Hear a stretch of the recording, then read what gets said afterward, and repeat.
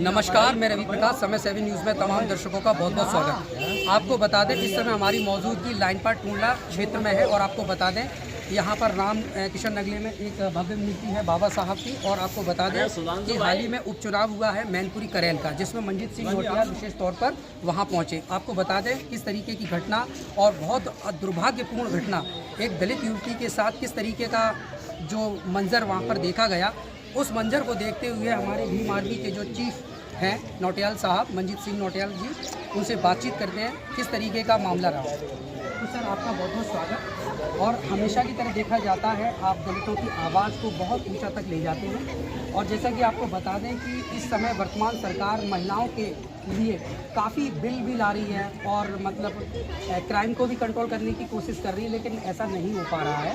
तो जो करेल के उपचुनाव में जिस तरीके की जो घटना हुई, इस संदर्भ में आपका सर क्या कहना है? ये लोकतंत्र की हत्या है। इस प्रकार से कलल में वोट के नाम पर एक दलित युवती का पहले रेप किया और उसकी फिर हत्या कर दी गई। तो आप ये मानकर चले कि आज़ादी के 75 साल बाद भी दलितों की वोट के नाम पर हत्या की जा रही है। आज जो मोमेंट हमें फूले साहब अम्बेडकर के द्वारा दिया गया, इसको मान्यवर साहब काशीराम जी ने बड़ी दूरी तक आगे बढ़ाया। आज बहुजन मिशन का नाम जो ले रहा है उसकी हत्या कराने का प्रयास किया जा रहा है, क्योंकि बहुजन मूवमेंट और बहुजन मिशन वो इस देश के अंदर एक ऐसा मिशन है, एक ऐसा राजनीतिक मंच है जिसमें सबको अधिकार मिलता है, सबको न्याय मिलता है। और देश के जो पूंजीपति लोग हैं जिन्होंने हमेशा तलवार और बंदूक के दम पर जो है ना कब्जा किए हुए हैं सत्ता पर, तो वो लोग नहीं चाहते कि बहुजन मिशन आगे बढ़े। क्योंकि इसलिए आप ये समझ सकते हैं कि बहुजन मिशन का जो नाम लेगा तो उसकी हत्या होगी। तो साहब काशीराम जी वे कहा करते थे कि राज तो तुम्हारा बैलेट से ही आ जाएगा, लेकिन तुम्हें बुलेट की भी तैयारी रखनी होगी। तो जिस प्रकार से हत्या की है, तो हमें लगता है कि हमें हर तरह से तैयार होना पड़ेगा। सर जो वहाँ पर जो घटना हुई, उस घटना पर आप विशेष प्रकाश थोड़ा डालेंगे कि घटना क्या हुई, कैसे हुई, FIR हुई, हाँ, क्या हुआ? ये मैं आज परिवार से मिलने के लिए जब कलहल पहुँचा तो मैंने सभी बिंदुओं पर उनके जो अपने परिवार से चर्चा करी और मैंने पूछा कि आखिर ये घटना कैसे इसको अंजाम दिया गया। तो परिवार ने ये मुझे बताया कि जब हम किसी व्यक्ति ने, कोई बीजेपी का व्यक्ति था, तो उसने पूछा कि वोट हमें नहीं दिया है, तो बेटी ने मना कर दिया, तो उसका जो है ना उसकी हत्या कर दी गई। तो इस प्रकार से इस घटना को अंजाम दिया गया। तो अगर वोट नहीं दोगे तो गोली मार दोगे, ये कहाँ का नियम है?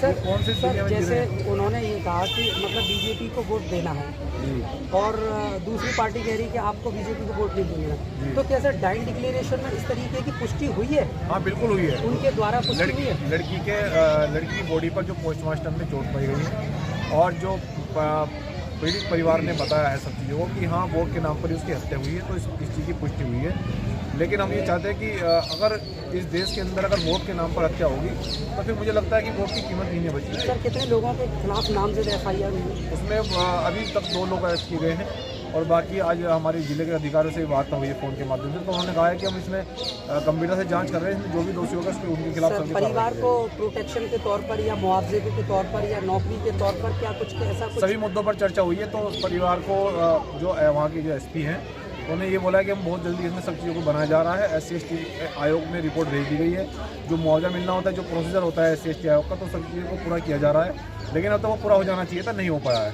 तो ये कहीं ना कहीं लापरवाही भी है सरकार और प्रशासन की।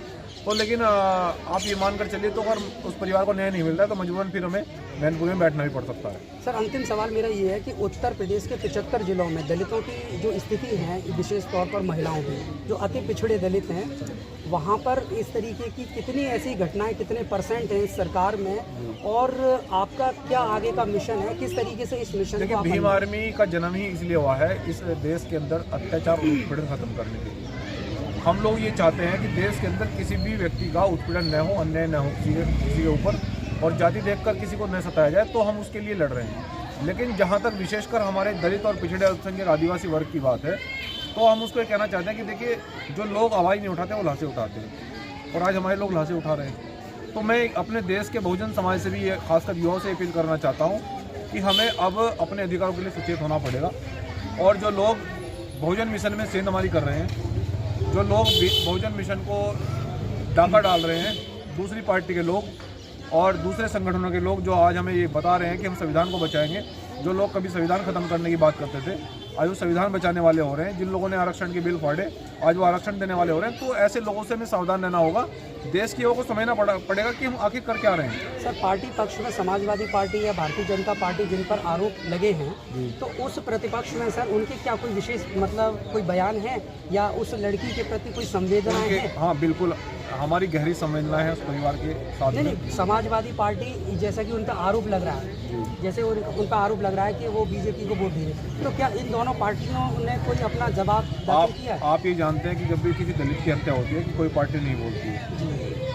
इस देश के अंदर पार्टियां दलितों में केवल एक ही समय जाती हैं जब चुनाव होता है, और इनको कहते हैं कि तुम तो हिंदू, और हमें अपने में गिनकर वो 85-90% कर लेते हैं, और जबकि मात्र वो 5% देश में है। तो ये हमारे बहुजन समाज को समझना पड़ेगा कि हमें चुनाव में कर क्या रहे हैं, कि ये लोग हमें किस प्रकार से गुमराह करते हैं। तो इन चीज़ों को अगर हम लोग नहीं समझेंगे कि देखो कितना बड़ा नुकसान उठाना पड़ रहा है। आज बहुजन मिशन किस स्थिति में है, तो इसको सुधारने के लिए, इसको सही करने के लिए मंजीत सिंह नौटियाल गाँव घूम रहा है। तो आज मैं इस जिले में आया हूँ, तो मैं यहाँ के बहुजन समाज से भी अपील करने के लिए आऊँ कि हमें समझना पड़ेगा और हमें बहुजन मिशन को कैसे आगे ले जाना है, इस पर चर्चा करनी पड़ेगी। गिरफ्तारी उनकी अभी हो गई? हाँ, 2 लोगों की गिरफ्तारी हुई है, बाकी गिरफ्तारी के लिए तैयार। अब सर अंतिम दौर में सर क्या आपका मिशन है उस बच्ची के लिए? देखिए, हम ये कहना चाहते हैं कि परिवार को न्याय मिलना चाहिए, और जो इस प्रकार की घटना वोट लेने के नाम पर जो हत्या कर रहे हैं, तो ऐसे लोगों पर निश्चित रूप से कार्रवाई होनी चाहिए। सर, मुआवजे के तौर पर आपके द्वारा कोई राशि? मुआवजे के तौर पर अभी तक राशि नहीं मिली है, लेकिन 24 घंटे में जो SC/ST के आयोग को रिपोर्ट भेजनी होती है जब कोई SC/ST में मामला होता है,